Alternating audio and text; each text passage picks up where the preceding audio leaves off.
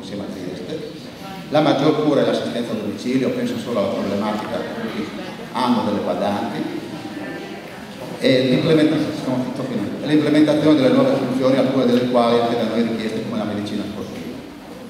Peraltro, con la massima franchezza siamo qui ad evidenziare alcune criticità sulle quali attendiamo delle risposte che interpretiamo come timore di non poter non si seguono neanche tra di loro, di dover accedere ad altre strutture disinteressati anche tra di loro, o il riassetto del territorio con l'ingresso dell'area del Codro Pese a scapito di quel del terzo. Chiediamo che le trasformazioni siano graduali, come peraltro indicato nella legge, e garantiti degli investimenti sul territorio. Certamente non siamo resistenti al cambiamento e vogliamo cogliere questa occasione come opportunità che la riforma ci offre. Nel contempo però chiediamo un dialogo aperto, franco e costruttivo con la Regione e con i soggetti che operano la scelta. Infine,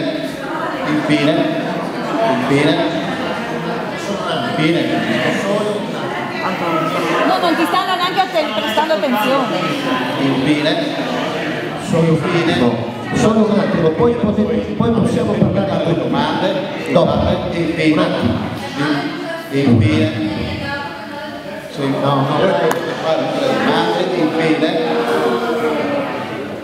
Infine, il prossimo snodo politico importante sarà la riforma degli enti locali. I comuni dovranno mettersi insieme per erogare servizi più efficaci ai cittadini. Se il Gemonese non saprà ritrovare una sua coesione territoriale e costruire una comune visione di futuro, che nasce anche dal confronto delle idee politiche diverse, perché nessuno ha la verità in tasca, non si andrà molto lontano. La vicenda della sanità ci sia di monito. Grazie. Bene, allora abbiamo tempo per poter dialogare tra noi. Io soltanto due cose di metodo rapidissime. Questa è un'occasione credo buona, lo è finora nella prima parte, lo deve essere anche nella seconda, per poterci davvero confrontare, dirci tutto quello che ci dobbiamo dire, ma ascoltando reciprocamente l'un l'altro.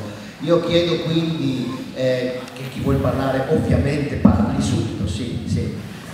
Interventi brevi, concisi e se possibile non ripetitivi, perché questa è una buona occasione che ciascuno dica la sua. Buonasera a tutti, Giulio Ragazzi, gruppo Facebook Io voglio l'ospedale Gemona. Innanzitutto vi ringrazio il Presidente, ringrazio l'assessore di essere arrivati a Gemona dopo 6 mesi che noi stiamo aspettando. Non posso dire altrettanto, purtroppo noi ci siamo sempre rimasti apartitici, nel senso che non apparteniamo a nessun partito, ma ci dispiace che il primo incontro venga organizzato proprio da un partito vostro, ma secondo noi il governatore e l'assessore di riferimento dovevano arrivare in forma istituzionale, in forma per la carica che rappresentano in questo momento e non sicuramente con il partito. Escluso questo argomento, ringraziando la lista civica Scelgo Gemona che ci ha invitato a partecipare a questa occasione. Io stasera ho sentito parole di conforto, confronto, informazione. Noi siamo 6 mesi che aspettiamo questo. Prima di votare la riforma aspettavamo un confronto, aspettavamo delle informazioni. Adesso voi ci avete detto che l'ospedale non chiude. Io non so dove lo leggete sulla vostra riforma. Io leggo conversione dell'ospedale in ospedale per la salute, che ha tutte altre mansioni di un ospedale IUB, come lo avete chiamato voi, o SPOC, come l'avete sempre chiamato voi nella riforma. Sono due cose totalmente diverse. Partendo dal pronto soccorso, che non si chiamerà più pronto soccorso, si chiamerà punto di primo intervento. Bisogni nuovi. I nuovi sono per noi cittadini che non abitiamo in città, perché le città hanno 4 o 5 ospedali, strutture ospedaliere, che nessuna di queste viene riconvertita in presidio per la salute. Rimangono tutti ospedali. I nostri, Gemona, che io mi permetta governatore, una struttura come quella di Gemona mi fa veramente sorridere che venga chiusa. È la struttura più moderna che abbiamo, io credo, non dico nel nord Italia, ma sicuramente in 3/4 del nord Italia. E viene riconvertita a un RSA, a un poliambulatorio e a un punto di primo intervento che curerà codici bianchi e verdi 12 ore se ci saranno i medici di base, se no altrimenti andremo da qualche altra parte. Non ci sono. Un'ultima cosa, l'assessore ha parlato di gradualità, non serve che gliela dica io. Abbiamo un dirigente pro tempore all'azienda sanitaria, ha fatto un'ordinanza che ci ha messo l'infermiere pendolare. Noi in pronto soccorso abbiamo 3 persone, cioè io non lo so, la gradualità parte da quando? Dal 1° gennaio o da prima? O dal 2 ottobre. Un'ultima domanda, sì, no, certo, un'ultima domanda. Io vi chiedo veramente una riflessione sulla struttura di Gemona. Noi siamo un gruppo di cittadini, purtroppo, perdonatemi, non abbiamo i dati che avete voi in mano, ma valutate bene cosa avete fatto al Friuli Venezia Giulia. L'avete spaccato in 2, grazie.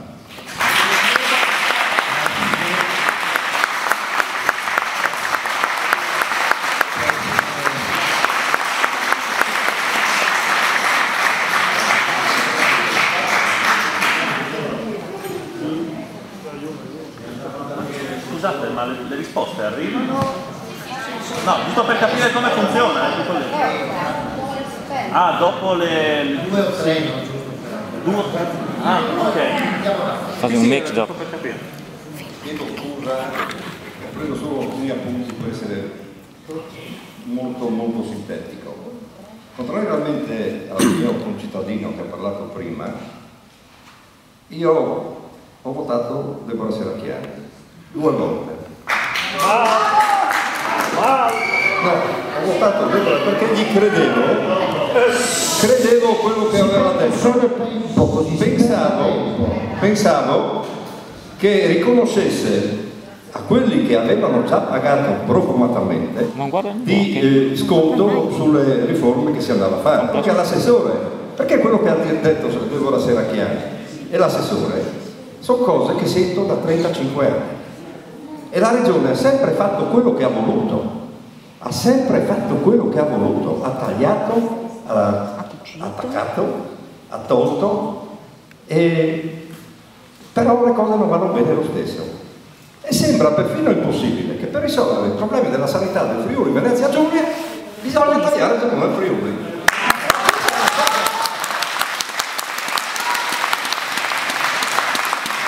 È una cosa che non riesco a capire, anche perché l'ospedale di Gemona noi lo sentiamo come fosse nostro, come fosse casa nostra, però in politica queste cose si pagano e si pagano profumatamente. Il PD a Gemona, di cui noi facciamo parte, il solo dimesso quando è stata approvata questa legge, no? Perché è una cosa insopportabile. Tanto è vero che mi ha dato molto fastidio anche il comunicato stampa del Partito Democratico regionale, perché la verità è che tutti hanno paura di Deborah Serracchiani. Io non ho mai avuto paura.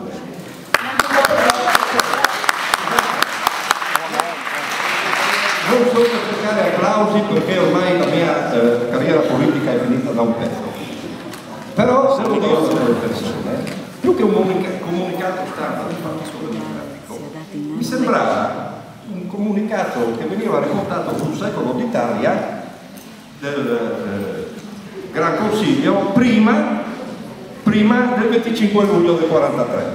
Poi tutti nemici, tutti antifascisti. La verità è che le cose non si devono fare così, bisogna cercare di ragionare con il territorio, lo condivideremo molto. Abbiamo lottato per fare quell'ospedale che abbiamo fatto, l'abbiamo fatto noi. Adesso dovete rendere, sono mezzo narcisisti. Avete speso 10 milioni a San Daniele per fare un reparto che non serve più perché va a Udine. Ditemi, cosa dobbiamo fare noi per credervi? Non possiamo credervi, ma perlomeno lasciateci qualcosa, e anche voi. E ho finito. Microfono. Pronto soccorso. Non li avete già, se voi. Non potete, anche perché anche